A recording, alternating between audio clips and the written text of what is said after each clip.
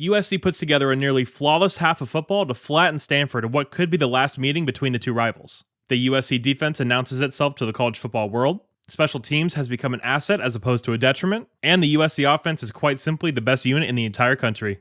Game review number 3, next.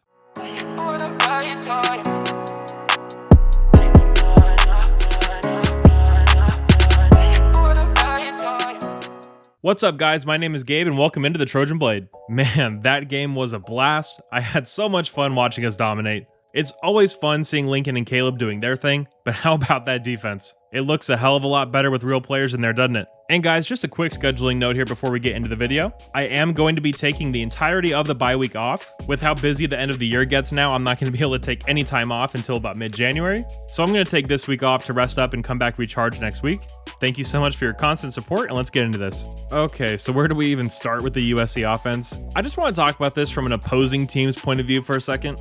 When we talk about Oregon, if we take away Bo and the quarterback run game, that offense is going to have a real hard time. But what's the defensive game plan against USC? This team literally does everything well. We can run power. We can obviously run counters. That's the foundation of Lincoln's offense. We can throw it short. We can throw it deep. We can hit the intermediate part of the field as well. Our screen game is elite. We can run it for short yardage situations. We now also have an explosiveness to our run game as well. This offense can literally do anything. There's no correct way to defend it. We saw that in this game. You want to rush 3 and drop 8?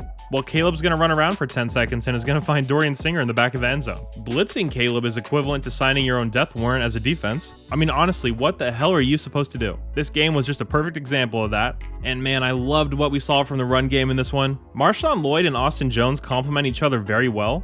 They feed off each other and really look to have formed one of the best partnerships in the entire country. I mean, it's really the same thing every week at this point with the offense. They're awesome, they score a lot, and they're really damn good. Now, the offensive line still isn't firing on all cylinders, but I do think we have the core 5 group we're going to roll with for the rest of the year.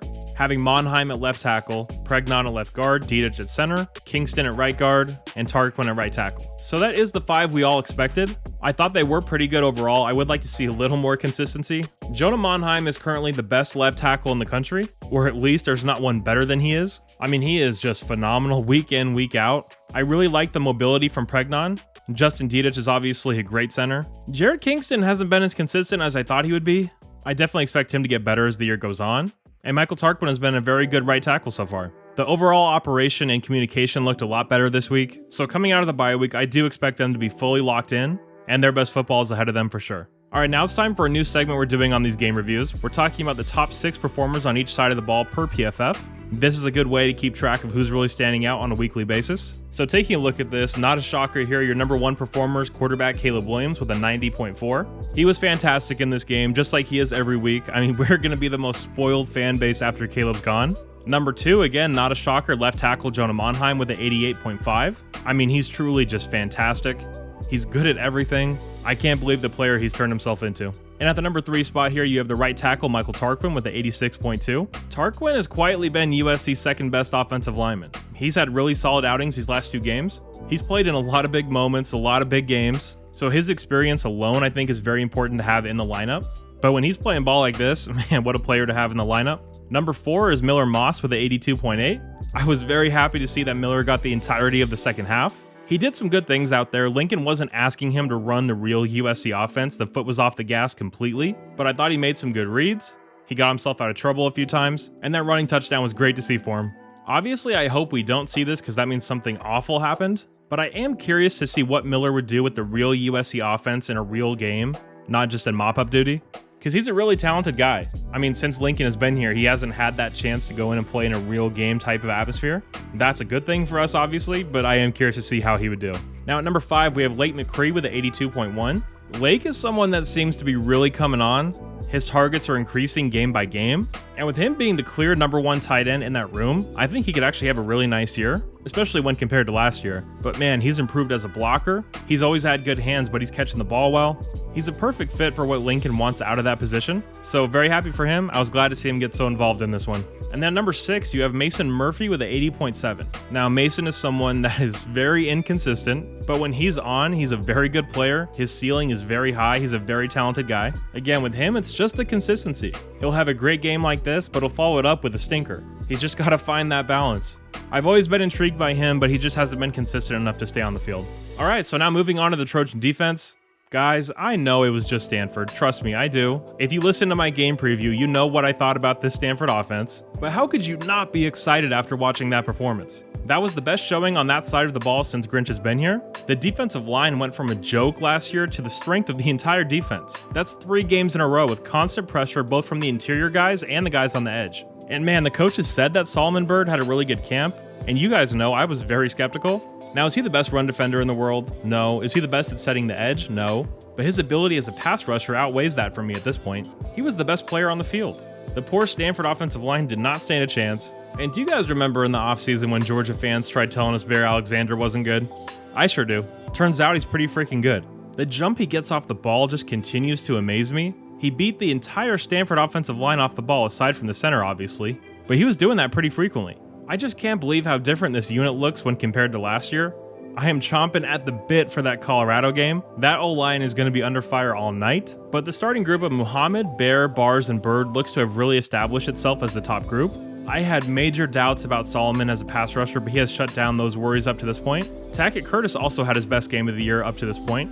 Now, he still wasn't that great or impactful, but you're starting to see him slowly start to be involved in more and more plays. And before the year, we talked about what we wanted to see from the SC defense this year, and I said I wanted Grinch to trust the younger players. Sending out Tackett Curtis and Rajon Davis as the 2 starting linebackers is that to a T. I mean, Rajon's been at SC for a while, but in terms of game experience, he's young. Now, of course, Cobb didn't play in this one, and we don't know what kind of pitch count Gentry was on, but still, that's a big departure from the philosophy we saw last year. I'll tell you what, I continue to be impressed by Rajon Davis.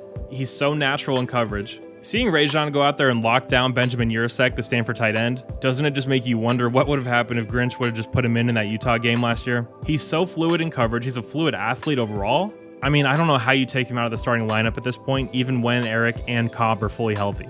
I mean, we talked about it on this channel multiple times. If he just got his opportunity, we all knew he was going to play well. We all saw it in the bowl game last year when they finally put him in. He came out and had a great game. So I'm so happy that he's really taken this opportunity and run with it. I think we're going to be seeing a lot of number 9 on the field from this point on. Now, it wasn't all perfect on the defensive side. I thought Christian Roland Wallace had a really tough game. Jalen Smith also wasn't great. You saw him getting chewed out in the second half by Alex Grinch. But even before that, he wasn't having the greatest of games. But talking about the secondary, I have to shout out Max Williams. You guys know I've been hypercritical of Max Williams. I went as far as to say he was unplayable heading into this year. Man, he has gone out there and proven me wrong. Of course, it is just Stanford, so the competition will get harder and harder. But man, good for Max. He's a guy you love to root for, and he's out there killing it right now. He's tackling well, he's covering well, he's seeing the game well. So obviously very happy for him. I don't know what to think of this Trojan secondary though overall. Kalen Bullock is obviously a stud. Bryson Shaw was hitting people in this game. But overall, they haven't had that dominant performance as a group yet. It'll be interesting what we see against Arizona State, because that's going to be a team that's going to want to throw the ball all over the field. And with a young quarterback like Jaden Rashada, a lot of mistakes will probably be made. So that could be a game where we see the secondary have a big time performance. All right, now let's look at the top performers on the defensive side of the ball. So obviously, Solomon Byrd here, number 1, 90.1 grade. Insane game. He was in the backfield all day. Huge performance from him. Number 2, Max Williams with an 89. Again, we just talked about him. So happy for him. He started off pretty well last year too, so let's see if he can continue this on throughout the year. Number 3 is Jamil Muhammad with an 87.1. A lot of you owe Jamil an apology. He was our best pass rusher during fall camp, and I feel like a lot of Trojan fans just got caught up in the box score from last year at Georgia State. This guy's an insane athlete. He was never not going to succeed in this scheme. I mean, he's perfect for it, and he's a hell of a player. Number 4 is Kalen Bullock with an 80.1. Per his high standards, this wasn't even that good of a game for him, and he was still one of the best players on the entire defense. That tells you how good he is. He's also a guy I don't understand why he gets so much hate from the Trojan fan base. He's the best deep safety in the country. That's just a fact. Number 5 is Sierra Wright with a 74.6. I was surprised to see him on here. Not that I thought he had a bad game by any stretch, but to be a top 5 player on the defense, that's big time for him. And at that corner spot, I feel like we're waiting for someone to stand out and really take that number 1 job. You haven't really seen what you wanted to from Damani overall. Again, we talked about it. Christian Roland Wallace had a tough one. And with Jacoby Covington not playing in this one, Sierra got a bunch of reps. So if he can keep playing like that, I think it bodes very well for him and the Trojan secondary. And number 6, Rajon Davis with a 71.5. Again, he wasn't dominant in this one, but he was covering the tight end well. He was tackling well. And I said it earlier, and I mean it, I don't think you can take him out of the starting lineup at this point. All right, so that is the offense and the defense, but I do want to get a little special teams talking here before we get out of here.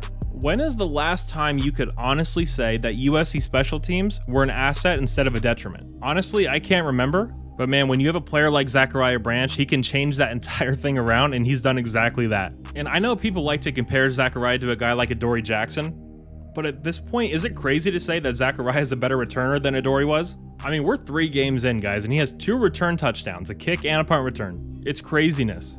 Just the pure explosion he has, mixed with the ability to cut without losing a single amount of speed, and then you pair that with the crazy vision he has, he sees everything out there on the field. I mean, on the broadcast, Tim Brando said he might be the best returner since Devin Hester. I don't know that he's wrong.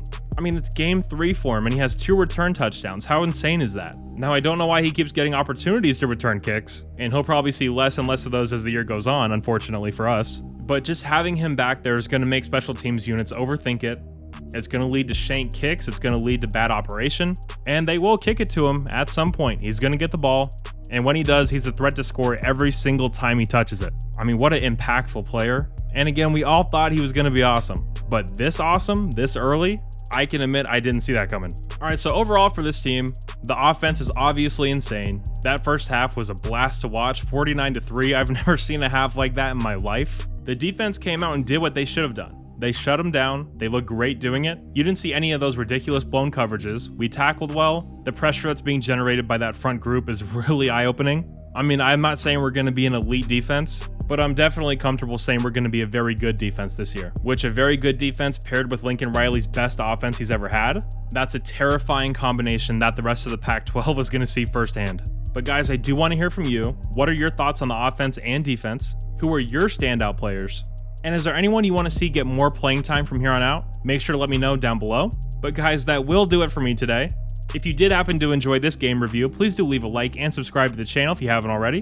And if you do want to help support the channel, there are a few ways you can do so. The first one is head over to the Trojan Blade Patreon. I have that link down in the description. You can sign up over there for $1 or $5 a month. The Trojan Blade merch store is also linked down in the description. We have t-shirts, hats, hoodies, so go check that out as well. And if you do plan on heading to any games this year, make sure you head over to SeatGeek and use my promo code TrojanBlade for $20 off your first order. All right, guys, thank you all so much for tuning in today. I'll talk to you all next week. You're all awesome, and as always, take care and fight on.